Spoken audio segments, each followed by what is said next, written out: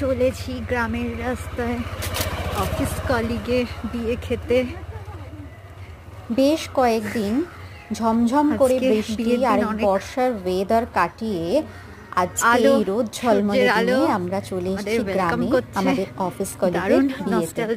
আমরা যারা সন্ধ্যাবেলা আসতে পারবো না তারা সকালবেলাতেই ঘুম মারবো তার বাড়িতে। গ্রামের মেঠো পথ, পুকুর পাড়, এই সমস্ত কিছু পথ পেরিয়ে আমরা ওদের বাড়ি যাচ্ছি। আজকের দিনটা বেশ রোদ ঝলমলে, অন্য দিনের তুলনায় বেশ উজ্জ্বল দিন, তার জন্য খুব ভালোও লাগছে চারিধারটা। আর এই রকম গ্রামের বিয়ে খাওয়ার অভিজ্ঞতা আমার খুব বেশি হয়নি যদিও।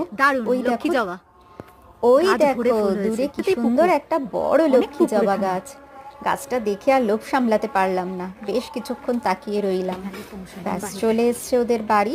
যেহেতু এখন নতুন বাড়ি হচ্ছে তার জন্য কিছু ভাঙাচোরা এখনো পাশে রয়েছে। আর এই যে পুরোহিত মশাই এসে গেছেন, ওরা বসে পড়েছে। সকালবেলার যে অনুষ্ঠানগুলো হয়, এই যে কোণে লজ্জাবতী কোণে চলে এসছে, আমাদের দেখে এক গাল হেসে আমাদেরকে ওয়েলকাম জানিয়েছে। এটা আমাদের অফিসের তরফ থেকে দেয়া হচ্ছে ওকে একটা সামান্য সোনার লকেট।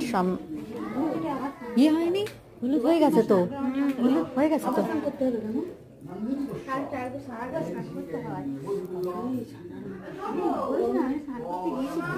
ওকে অবশ্য হারটা পরে খুব সুন্দরই লাগছিল। এখনো যা পরবে তাতেই মানাবে। কিছু খায়নি সকাল থেকে, তাই মুখটা একটু শুকিয়ে গেছে, কিন্তু একগাল হেসে যেরকম আমাদের সাথে কথা বলছিল তাতে মনেই হচ্ছিল না যে ওর কোনো ক্লান্তি বা কিছু হয়েছে। অবশ্য ভোরবেলা থেকে বেশ কয়েকবার স্নান করতে হয়েছে, সেটা বলছিল। এই ভিডিও হচ্ছে, হ্যাঁ একটু ঘুরবে তো, এটা ধরলেই হবে,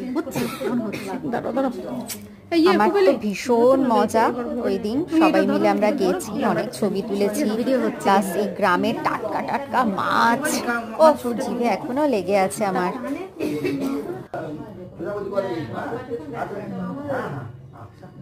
আমার সব থেকে পছন্দ হচ্ছে এই ঝাড় লণ্ঠনটা। এটার দিক থেকে আমি চোখ সরাতেই পারছিলাম না, খুব সুন্দর লাগছিল এই ঝাড় লণ্ঠনটা।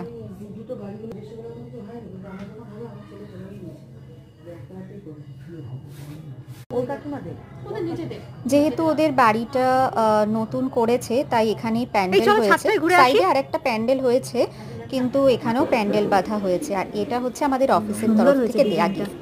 সুন্দর হয়েছে।